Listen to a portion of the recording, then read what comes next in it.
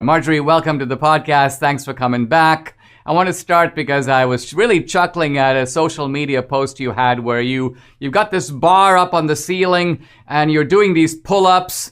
And as I was looking at you go up and down, I was thinking about these poor never Trumpers, because they're such weaklings. I mean, their idea of a workout is like up, down, now the other eyebrow, So I got the feeling that you're a little bit tougher than many of your critics. And is that why you posted the video? Was it a kind of intimidation move on all the people who are sort of taking you on?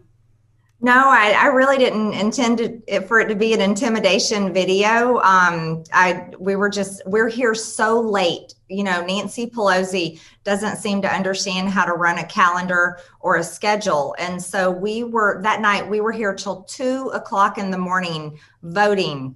And, you have to do things to stay engaged and stay awake. So, I have a pull-up bar in my office that I like to use. I've always been an avid exerciser and CrossFitter and runner and triathlete. So, so we were just messing around, getting in a little bit of exercise while we were staying here so late voting.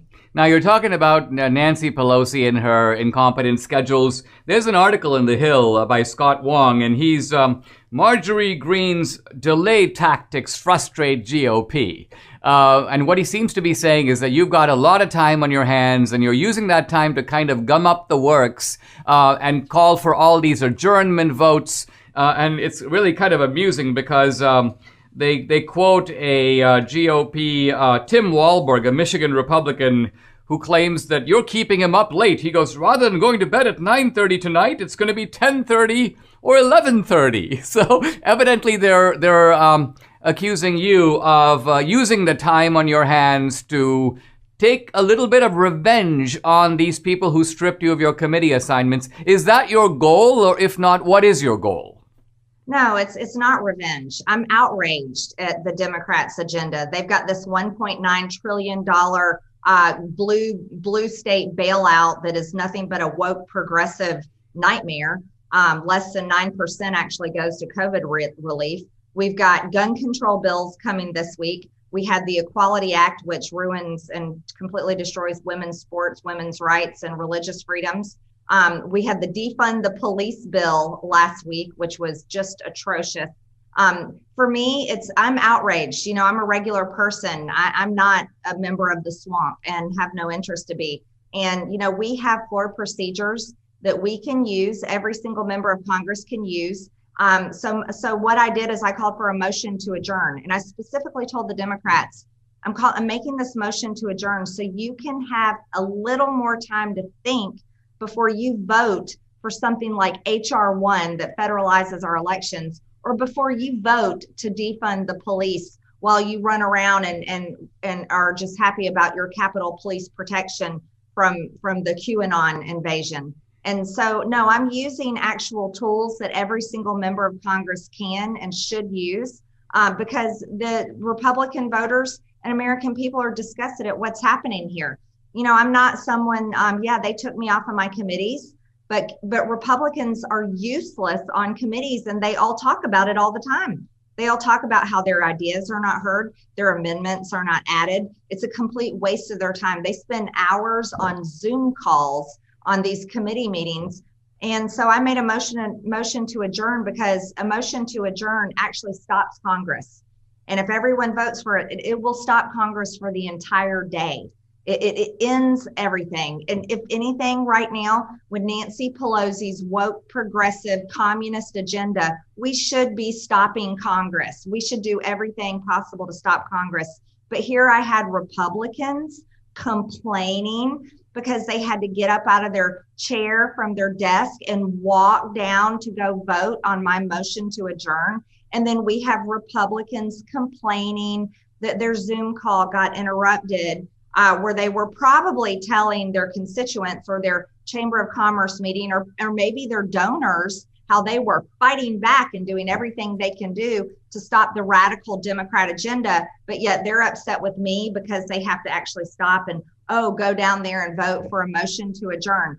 And so, that article came out and it upset me very much. And I'm not here to jump into Washington, D.C. and do business as usual, because business as usual is burning down our country and ripping our freedoms right out of our hands. Yeah, part of what you seem to be saying is that when really bad things are coming down the pike, there is a moral case for obstructionism. And there's also a moral case for putting people on the record. I see that when Cori Bush, this is the Democratic Congresswoman Cori Bush, had a bill that would in effect allow violent criminals to vote, you demanded a roll call vote, because many times these sorts of things just get sort of lumped in with a voice vote and no one knows who voted yes, but you wanted to get people on the record, and the effect of it was successful because you got 97 Democrats voting yes, but you got 112 voting no, and the motion was actually pretty decisively defeated.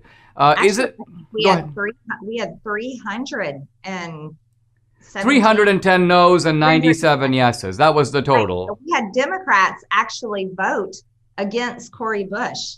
And so that me calling for a roll call vote, that's another motion on the floor, asking for a roll call vote, defeated her insane amendment to allow felons in prison to vote. But guess what? Joe Biden signed an executive order just yesterday to do that. So he even disagrees with the majority of members of Congress. He agrees with the squad. Joe Biden, signed an executive order supporting the squad, wanting felons to vote in jail. But here's the issue, Dinesh.